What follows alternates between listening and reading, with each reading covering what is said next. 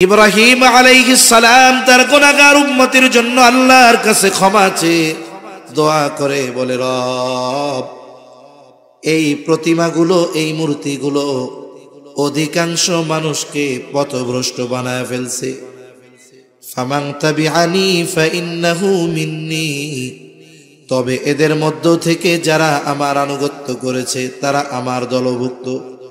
ওয়ামান আসানি, আর যারা আমার আনুগত্য করে নাই তারা তো আমার দলভুক্ত না হলেও আমার উম্মত। তিনি কেমন যেন এই গুনাহগার উম্মতের ব্যাপারে ক্ষমা চেয়ে আল্লাহ তাআলার কাছে বলেন, ফাইন্নাকা গফুরুর রহিম, আয় আল্লাহ আপনি তো গফুর, আপনি তো রহিম। কেমন যেন ইব্রাহিম আলাইহিস সালাম বলে, আল্লাহ আপনি তো গফুর, আপনি তো রহিম, আপনি চাইলে আমার এই অবাধ্য উম্মত গুলাকেও মাফ করে দিতে পারে। ইব্রাহিম আলাইহিস সালাম তার গুনাহগার উম্মতের ব্যাপারে ক্ষমা চেয়ে দোয়া করে কার কাছে? জোরে বলেন না, কার কাছে? আপনাদের ঘুম আসতেছে নাকি? তাকবীর দেন, নারায়ে তাকবীর।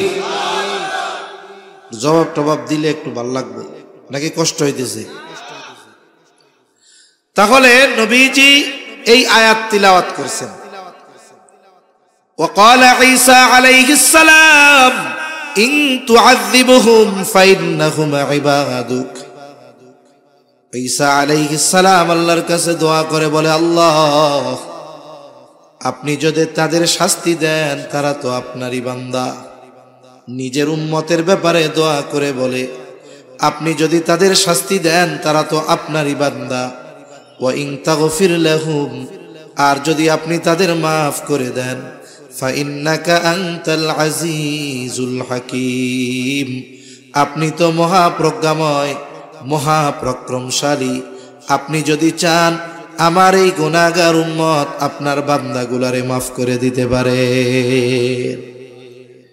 ঈসা আলাইহিস সালাম তার গুনাহগার উম্মতের জন্য ক্ষমা চেয়ে দোয়া করছে, এই আয়াত। আর ইব্রাহিম আলাইহিস সালাম তার গুনাহগার উম্মতের জন্য ক্ষমা চেয়ে দোয়া করছে, এই দুই আয়াত নবীজি তিলাওয়াত করছেন। দুই আয়াত তিলাওয়াতের পরে নবীর অন্তরের অবস্থা অন্যরকম হয়ে গেছে। এইবার নবীর গুনাহগার উম্মতের কথা মনে পড়ে গেছে। নবীজির অন্তরে তার গুনাহগার উম্মতের চিন্তা। নবীজি কি করলেন বলে, ফারাফা ইয়াদাইহি ওয়া ক্বালা আল্লাহুম্মা উম্মতি উম্মতি ওয়া বাকা। নবীজি দুই হাত উঁচু করে অঝোর ধারায় কান্না করেন আর বলেন, আল্লাহুম্মা উম্মতি, আল্লাহুম্মা উম্মতি, আয় আল্লাহ আমার উম্মত, আমার উম্মত, আমার উম্মত। নবীজি শুধু এতটুকুই বলেন, আর কোনো কিছুই বলেন না। বলেন তো, আর কোনো কিছু না বললেও নবীজি কি বলতে চায় দুনিয়ার কেউ না বুঝলেও যিনি বোঝেন তিনি কে? আল্লাহ রাব্বুল আলামিন জিবরাইল আলাইহিস সালামকে বলেন, জিবরাইল যাও মুহাম্মাদের কাছে গিয়ে তার কান্নার কারণ জিজ্ঞাসা করো। যদিও আমি তার কান্নার কারণ জানি, এরপরেও তুমি তার কাছে গিয়া জিজ্ঞাসা করো। জিবরাইল আলাইহিস সালাম নবীজির কাছে এসে জিজ্ঞাসা করে, ও মুহাম্মদ আপনি কান্না করেন কেন? যদিও আপনার কান্নার কারণ আল্লাহ তাআলা জানে, এরপরেও আপনার কান্নার কারণ তিনি আপনার কাছে জানতে চায়। এইবার নবীজি সাল্লাল্লাহু আলাইহি ওয়াসাল্লাম তার কান্নার কারণ জিবরাইল আলাইহিস সালামের কাছে বললেন, উম্মতের মাগফিরাতের কথা, নাজাতের কথা বললেন। জিবরাইল আলাইহিস সালাম আল্লাহ তাআলার কাছে গিয়ে বলে, আল্লাহ আপনার নবীর কান্নার কারণ হলো তার উম্মতের জন্য ক্ষমা।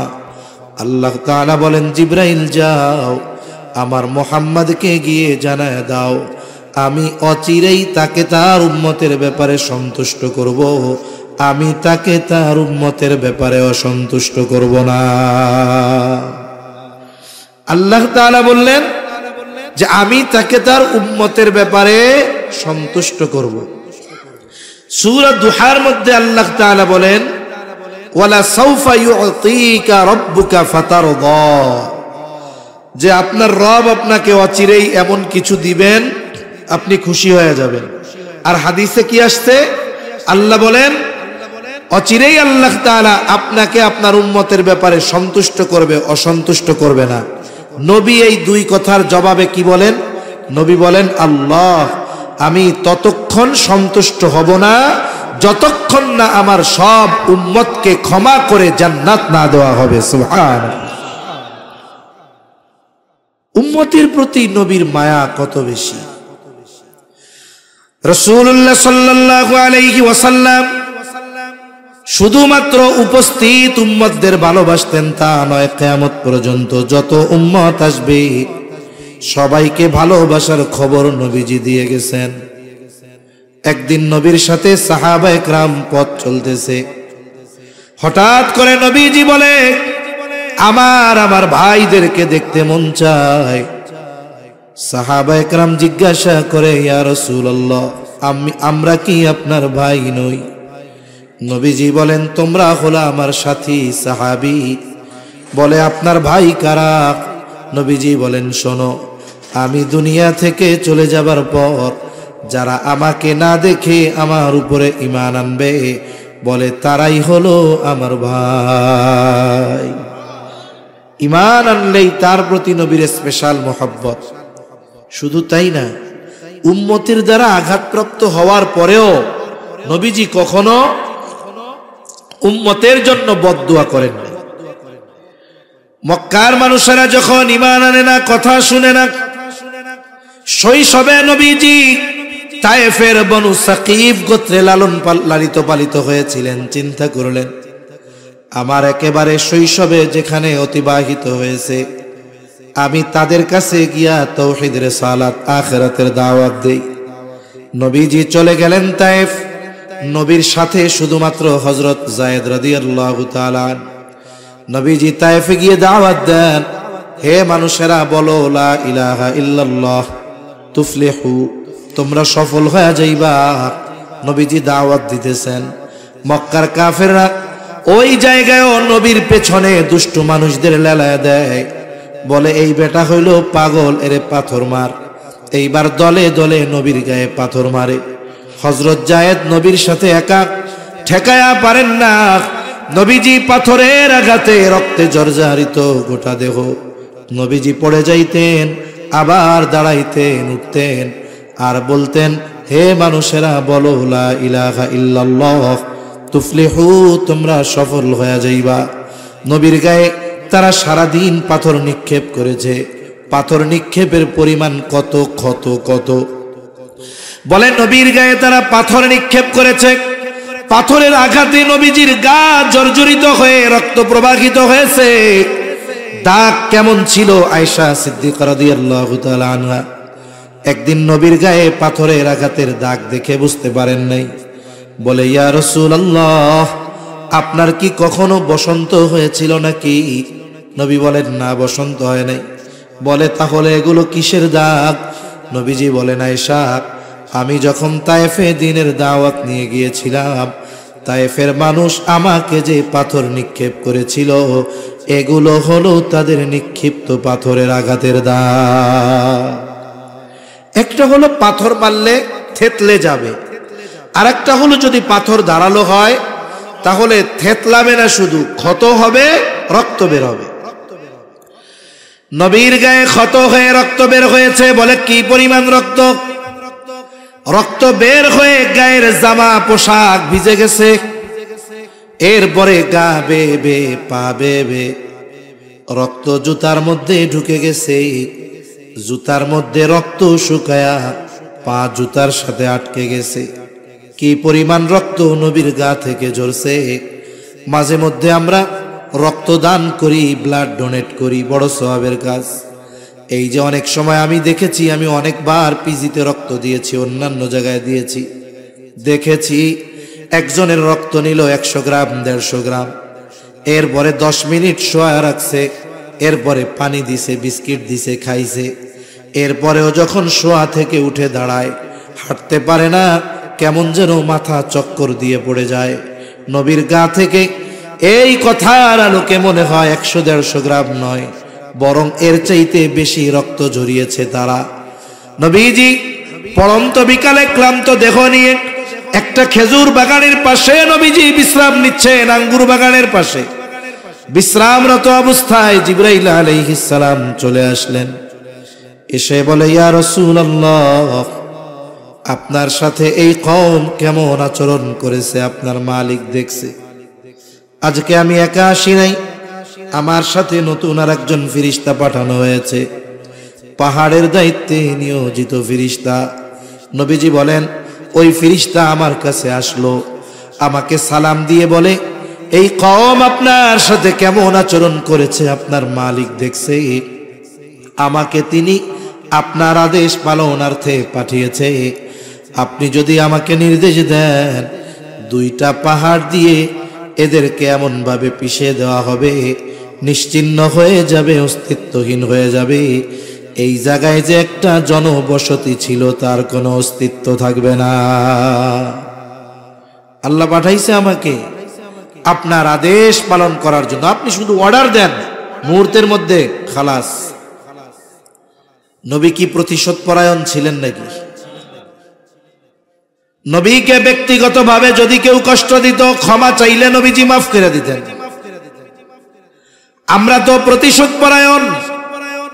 বলে 20 বছর আগে কেউ যদি আমাকে একটা কথার দ্বারাও কষ্ট দিয়ে থাকে, 20 বছর পরে যদি আমার পাওয়ার হয়, ক্ষমতা হয়, ওই 20 বছর আগের ওই কথার প্রতিশোধ নিতে আমি উন্মুখ হয়ে থাকি। মনে রাখবেন, প্রতিশোধ পরায়ণ মানুষের অন্তরে কোনোদিন শান্তি আসে না। কিন্তু যারা ক্ষমার এই মহান গুণ অর্জন করতে পারে, এদের সম্পদ না থাকতে পারে কিন্তু শান্তি দিয়ে হৃদয় ভরপুর থাকে। আল্লাহ তাআলা এই ক্ষমার গুণ আমাদের দান করেন, বলি আমিন। আরে প্রতিশোধ সবাই কম বেশি নিতে পারে, ক্ষমা কয়জন করতে পারে? নবীজি আরাম করতেছিলেন, আরাম থেকে উঠে বসলেন। কেমন যেন ফেরেশতাকে বলে, শোনো, তুমি তো আমাকে বলতেছ, আদেশ দেন 2 পাহাড় দিয়ে এদের পিষে দেই, কিন্তু এদের ব্যাপারে আমি আল্লাহ তাআলার কাছে কি আশা পোষণ করি জানো? আমি তো এদের ক্ষতি চাই না, আমি তো এদের ধ্বংস চাই না, বরং আমি আল্লাহর কাছে আশা করি, বাল আরজু আন ইয়াখরুজাল্লাহু মিন আসলাবিহিম মান ইয়াবুদুল্লাহ ওয়াহদাহু ওয়া লা ইউশরিকু বিহি শাইআ। নবীজি বলেন, আমি তো এদের ব্যাপারে আল্লাহ তাআলার কাছে এই আশা পোষণ করি যে এরা হয়তো বুঝতে পারে নাই, তাই আমার কথা মানে নাই, কিন্তু হয়তো আল্লাহ তাআলা এদের মধ্য থেকে এমন এক সম্প্রদায় বের করবে যারা এক আল্লাহর ইবাদত করবে, তার সাথে শিরিক করবে না। আমি তো এই আশা করি, আর তুমি আমারে কইতেছ যে নির্দেশ দেন, পাথর চাপা দিয়া সাইজ কইরা দেই। একটু চিন্তা করেন তো, উম্মতের প্রতি কেমন মায়া, মোহাব্বত, ভালোবাসা থাকলে এই রকম আঘাত প্রতিঘাতের পরেও নবীজি ক্ষমা করে দেন। একটা একটা হাদিস ঘটনা বলতে গেলে অনেক বলা যাবে। আসেন, নবীজি আমাদের ভালোবাসেন, এ ব্যাপারে সব একদিকে রাখেন। নবীজি আমাদের ভালোবাসেন এই খবর কোরআনে জানিয়েছেন কে? জোরে বলেন না, কে? আল্লাহ তাআলা জানিয়েছেন। আল্লাহ তাআলা বলেন, লাকাদ জাআকুম রাসূলুম মিন আনফুসিকুম আজিজুন আলাইহি মা আনিতুম হারিসুন আলাইকুম বিল মুমিনিনা রাউফুর রহিম। একটু খেয়াল দিয়া আল্লাহর রাস্তে কথাগুলো শুনবেন, তাহলে বোঝা যাবে। আল্লাহ তাআলা বলেন, লাকাদ জাআকুম রাসূলুম মিন আনফুসিকুম, তোমাদের মধ্য থেকে তোমাদের জন্য এমন একজন রাসূল এসেছেন। বলে রাসূল কেমন রাসূল? বলে আজিজুন আলাইহি মা আনিতুম, এই রাসূল হলো এমন রাসূল, তিনি হলেন তোমাদের জন্য যেটা কষ্টের সেটা তার জন্য কষ্টের। তার মানে উম্মত যেটাতে কষ্ট পায় সেটাতেও নবীজি কষ্ট পায়। উম্মত জাহান্নামে গিয়ে কষ্ট পাবে, নবীজির এতে কষ্ট লাগবে। দুনিয়ায়ও যদি নবীর উম্মতের কোনো কষ্ট হয়, এই কষ্ট নবীজিও অনুভব করে। একে বলে সমব্যথী, আজিজ। তাহলে নবী আমাদের কষ্টে কষ্ট পান। এখন কথা হলো, একজন মানুষ আর একজনের কষ্টে কষ্ট পায় কেমনে? বলে পায় যদি সম্পর্কটা গভীর হয়। যেমন মনে করেন এক লোকের 2 বছরের একটা বাচ্চা আছে, একেবারে প্রত্যন্ত অঞ্চলে বসবাস করে। বাচ্চার বয়স কয় বছর? এমন প্রত্যন্ত অঞ্চল, বাজারঘাট নাই, দোকান নাই, অসুস্থ হইলে রাত্রে কোনো ব্যবস্থা করার উপায় নাই। গভীর রাত, ওই 2 বছরের বাচ্চা প্রচন্ড জ্বরাক্রান্ত হয়ে গেল, অসুস্থ। রাত 1টা বাজে, 2টা বাজে, দোকানও নাই, যানবাহনও নাই, হসপিটালে নেওয়ার উপায় নাই। জ্বরের তীব্রতা এত বেশি, বলে চোখ দুটো কেমন যেন ফুটে বের হয়ে যাবে। বাচ্চা জবান দিয়ে আবল তাবল বকতেছে, আহ আহ বলে। গায়ে হাত দিয়ে দেখা যায় গাটা যেন কেমন আগুন হয়ে গেছে। এই অসুস্থ বাচ্চা যন্ত্রণায় আহ আহ করতেছে। তার 2 পাশে বসা তার মা আর বাবা। সন্তান যাদের আছে তারা অনুধাবন করতে পারবে। বলেন তো, ওই অসুস্থতায় ওই ছোট বাচ্চা যত কষ্ট পায়, পাশে বসে থাকা মা বাবা ওই বাচ্চার চাইতে কষ্ট কম পায় না? বেশি পায়। বেশি কষ্ট কেন পায়? বলে মোহাব্বতের কারণে। অন্যের সন্তান অসুস্থ হইলে তো আমি এত কষ্ট পাবো না। কেন? বলে ওই সন্তানের প্রতি আমার মোহাব্বত ওই সন্তানের মা বাবার মতো না।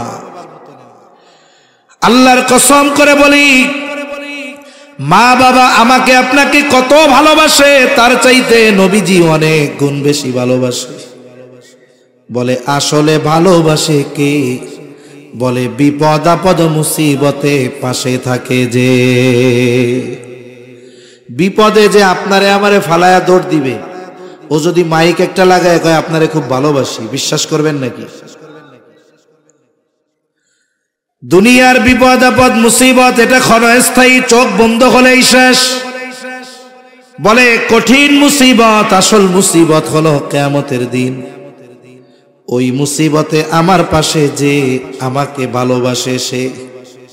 বলে কিয়ামতের ওই কঠিন মুসিবতে যুবক, তোমার বন্ধু তোমার পাশে থাকবে না, আমার বন্ধু আমার পাশে থাকবে না, মা বাবা থাকবে না, স্ত্রী সন্তান কেউ থাকবে না। আল্লাহ তাআলা বলেন, ইয়াউমা ইয়াফিরুল মারউ মিন আখিহি ওয়া উম্মিহি ওয়া আবিহি ওয়া সাহিবাতিহি ওয়া বানিহি লিকুল্লি ইমরিইম মিনহুম ইয়াউমাইযিন শা'নুন ইউগনি। আল্লাহ তাআলা বলেন, কিয়ামতের দিন ভাই ভাইয়ের থেকে পলায়ন করবে। ওয়া উম্মিহি ওয়া আবিহি, পিতামাতার থেকে পলায়ন করবে। ওয়া সাহিবাতিহি ওয়া বানিহি, স্ত্রী সন্তানদের থেকে পলায়ন করবে। হায়রে, কত মানুষ প্রবাসে থাকে, বিদেশে থাকে, 24 ঘন্টার 18 ঘন্টা ডিউটি করে, 2 ঘন্টার মধ্যে রান্না বান্না খাওয়া দাওয়া, মাত্র 4 ঘন্টা ঘুমায়। কত পরিশ্রম, কত কষ্ট।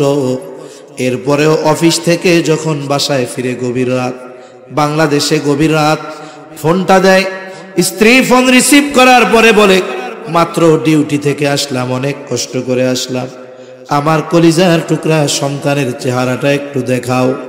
এইবার ঘুমন্ত সন্তানের চেহারাটা যখন মোবাইলের মধ্যে দেখে, চ্যালেঞ্জ দিয়া বললাম, ওই 20 ঘন্টা কষ্ট করে আসা যুবকটার এই 20 ঘন্টা 18 ঘন্টার কষ্ট মুহূর্তের মধ্যে দূর হয়ে যায়। বলে সন্তানের চেহারাটা দেখছি, কষ্টটা দূর হয়ে গেছে।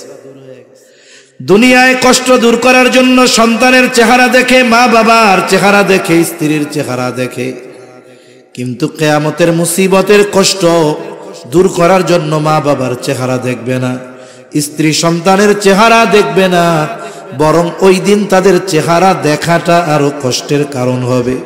মুসিবতটা কত বেশি, বলে ওই মুসিবতে সকলে নাফসি নাফসি করবে, নিজের চিন্তা করবে, সকলে নিজের চিন্তায় চিন্তিত।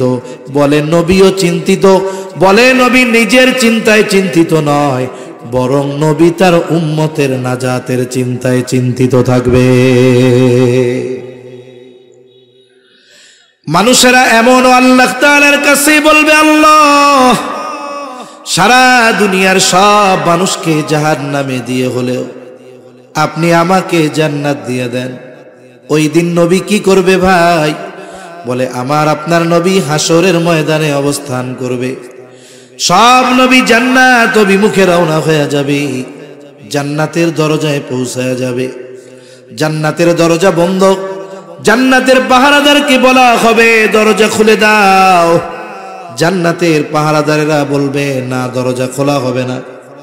বলে যিনি আসলে খোলা হবে তিনি এখনো আসেন নাই। কোথায় তিনি? বলে এখনো তিনি হাসরের ময়দানে। নবীজি হাসরের ময়দানে কি করবেন? বলে উম্মতের নাজাতের চিন্তায় চিন্তিত। একটা মানুষ যখন চিন্তিত থাকে তখন এক জায়গায় সে স্থির থাকতে পারে না, নড়াচড়া করে, বিছানায় শুইলে ঘুম আসে না, চিন্তায় বিছানা থেকে উঠে চেয়ারে বসে, বাড়ির উঠানে হাঁটে, বাড়ির ছাদে হাঁটে, বারান্দার বেলকুনিতে হাঁটে। বলে হাসরের ময়দানে নবীজি উম্মতের চিন্তায় এক জায়গা থাকবেন না। একবার নবী চলে যাবেন হাউজে কাউসারের কাছে, না জানি তার কোনো উম্মত পানি পানে মাহরুম হয়ে যায়। আর একবার চলে যাবেন পুলসিরাতের কাছে, না জানি কোনো উম্মত পুল পাড়ি দিতে ব্যর্থ হয়ে যায়। আর একবার নবী চলে যাবেন মিজানের কাছে, না জানি কোনো উম্মত ওজনে ধরা পড়ে যায়। আর একবার নবীজি চলে যাবেন জাহান্নামের দরজায়, না জানি কোনো উম্মতকে জাহান্নামে দিয়ে দেওয়া হয়। আবার যখন উম্মতের জন্য সুপারিশের প্রয়োজন, আল্লাহর দরবারে সেজদায় লুটিয়া পড়বে। বলে যতক্ষণ না নবীর ওই উম্মত যার অন্তরে যাররা পরিমাণ ঈমান হলেও ছিল, তার ব্যাপারে আল্লাহ তাআলার পক্ষ থেকে যতক্ষণ না জান্নাতের নিশ্চয়তা নবী পাবে, ততক্ষণ পর্যন্ত আমার আপনার নবী নিজে জান্নাত অভিমুখে রওনা হবে না। ওই দিন নবী আমাদের ভুলবে না। তাইলে বলেন, মা বাপ বেশি ভালোবাসে না নবী বেশি ভালোবাসে? জোরে বলেন, মা বাবা বেশি ভালোবাসে না নবীজি বেশি ভালোবাসে?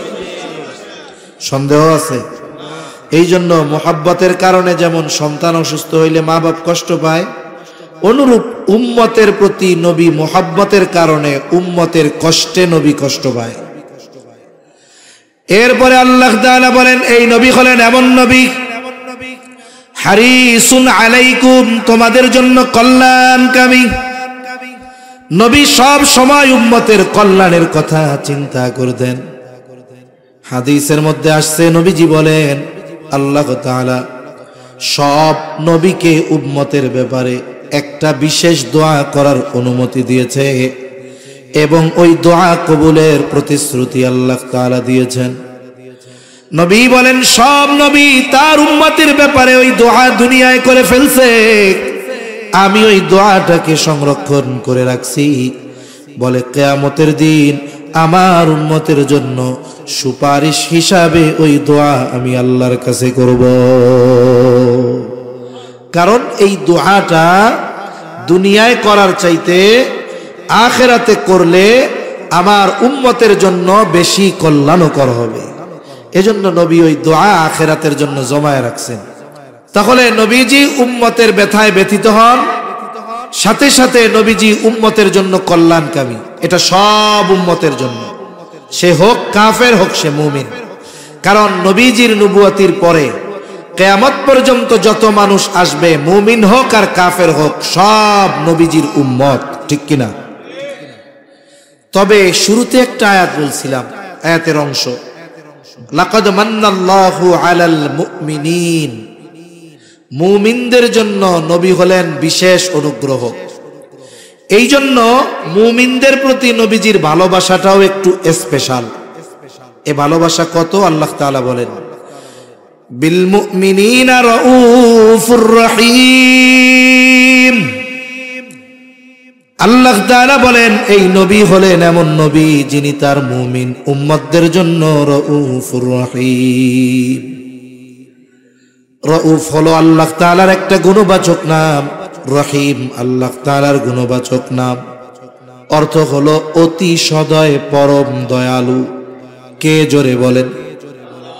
দুনিয়ার কোনো মানুষ রউফুর রহিম হতে পারে না, দুনিয়ার কোনো মানুষ রউফুর রহিম হতে পারে না। বলে আল্লাহ তাআলার যত গুণ আছে এগুলোর একমাত্র অধিকারী আল্লাহ। কিন্তু অনেক সময় বাংলাদেশের মধ্যে অনেক পীরের নামের আগে লকবে আমরা দেখেছি এমন এমন শব্দ ব্যবহার করে যেই শব্দের একমাত্র হকদার হলেন আল্লাহ। এখন মনে করেন কথার কথা, কেউ যদি কয় আমার পীর হইল রউফুর রহিম, তার মানে ও আল্লাহর সিফত পীরের সাথে লাগায়া দিল। এখন এই কথা যদিও বিশ্বাস করে ও বেঈমান, কোনো সন্দেহ আছে? এজন্য মনে রাখবেন, অনেক নামাজি মানুষ না জানার কারণে শিরিক করতেছে, বেঈমান। অনেক মানুষ বিশ্বাসগত কারণে বেঈমান হয়ে বসে আছে। এ মানুষগুলো বোঝে না, বুঝাইতে চাইলেও অনেক সময় মনে করে এই হুজুররা আমাকে দুশ্মন, এরা খারাপ লোক, ভালো মানুষ না। তাহলে রউফুর রহিম একমাত্র কে? দুনিয়ার কোন সৃষ্টি রউফুর রহিম হতে পারে না। তবে আল্লাহ যদি কাউকে তার কোনো গুণবাচক শব্দ দিয়ে সম্বোধন করেন তাতে কোনো অসুবিধা নাই। এখন নবী তার মুমিন উম্মতদের কত ভালোবাসেন এটা বোঝাতে গিয়ে আল্লাহ তাআলা তার গুণবাচক শব্দ, এই শব্দ দুটি নবীজির শানে ব্যবহার করেছেন। সুবহানাল্লাহ বলেন। কেমন যেন আল্লাহ তাআলা বলেন, এই নবী হলেন এমন নবী যিনি তার মুমিন উম্মতদের জন্য রউফুর রহিম, অতি সদয়, পরম দয়ালু। একটু যদি কথাটা দিল দিয়া বুঝতে পারেন তাহলে অনুধাবন করতে পারবেন যে আমার আপনার নবী আমাকে আপনাকে কত ভালোবাসে। আল্লাহ কি বলে? বলে এই নবী তার মুমিন উম্মতদের জন্য অতি সদয়, পরম দয়ালু। যেই নবী আমাদের এত ভালোবাসে সেই নবীকে ভালোবাসার দরকার আছে না নাই? নবীরে ভালোবাসতে রাজি আছি আমরা? কেমন ভালোবাসতে হবে? নবীকে ভালোবাসতে হবে জীবনের চাইতেও বেশি। হযরত উমর রাদিয়াল্লাহু তাআলা আনহু নবীজিকে বলেন, ইয়া রাসূলুল্লাহ, আমি আমার জীবনের পরে সবচাইতে বেশি আপনাকে ভালোবাসি। নবীজি বলেন, উমর হয় নাই। একটু পরেই উমর বলে, ইয়া রাসূলুল্লাহ, এই মুহূর্ত থেকে আমি আপনাকে আমার জীবনের চাইতেও বেশি ভালোবাসি। এজন্য নবীকে ভালোবাসা এটা মুমিনের ঈমান। নবীরে ভালো না বাসলে সে বেঈমান, নবীকে ভালো না বাসলে কি? বেঈমান। সেজন্য নবীজি বলেন, লা ইউমিনু আহাদুকুম হাত্তা আকুনা আহাব্বা ইলাইহি মিন ওয়ালিদিহি ওয়া ওয়ালাদিহি ওয়ান নাসি আজমাইন। নবীজি বলেন, তোমাদের মধ্যে কেউ ততক্ষণ পর্যন্ত মুমিন হতে পারবে না যতক্ষণ না সে তার পিতা মাতা, সন্তান সন্ততি, এক কথায় সকলের চাইতে আমি নবীকে বেশি ভালো না বাসবে। অতীতে যা ছিল ছিল, বলেন এখন থেকে কারা কারা নিজের জীবনের চাইতে নবীকে বেশি ভালোবাসেন? একমাত্র তারা হাত উঁচু করবেন, বাকিরা না। কারা ভালোবাসেন জীবনের চাইতে বেশি? নারায়ে তাকবীর, নারায়ে তাকবীর। আল্লাহ হাতগুলা কবুল করেন, বলেন আমিন। এখন নবীকে ভালোবাসি আমরা। এখন বিষয় হলো, নবীর জন্য তো জীবনও দিতে রাজি, কারণ জীবনের চাইতে নবীরে বেশি ভালোবাসি। আমি যার জন্য জীবন দিতে পারবো তার জন্য বাকি কাজ করা কি কঠিন নাকি? কঠিন না, সহজ। আমি যার জন্য জীবন দিয়ে দিতে পারি তার জন্য বাকি অন্য কাজ করা এটা তো সহজ, স্বাভাবিক বিষয়। এখন নবীকে কেমনে ভালোবাসবো? যে শাহেদ হয়, নবী যদি আমার সামনে থাকতেন, আমি যদি নবীকে সামনে পাইতাম, ভালোবাসা সর্বোচ্চ বাসতে পারতাম। আবু বকর নবীকে সামনে পাইছে, নবীর কথায় আবু বকর তার সব সম্পদাই না নবীর সামনে হাজির করছে। নবীকে তালহা সামনে পেয়েছে, উহুদের ময়দানে নবীজি গর্তের মধ্যে পড়ে যায়। তালহা তাকায় দেখে গর্তের থেকে নবী মাথা উঠায় আর নামায়। উপর দিয়া তীর যায়, বর্ষা যায়। তালহা আয়েশা নবীর সামনে নিজের পিঠটারে ডাল বানায়া দিছে। আমি তো নবীকে সামনে পাই নাই, এই রকম ভালো কেমনে নবীকে বাসবো? নবী জানেন আমার উম্মত আমাকে ভালোবাসা নিয়ে চিন্তিত থাকবে, এই জন্য কিভাবে কোন পদ্ধতিতে নবীকে ভালোবাসা হবে সেই পদ্ধতির খবর নবী নিজে জানায় দিয়েছে।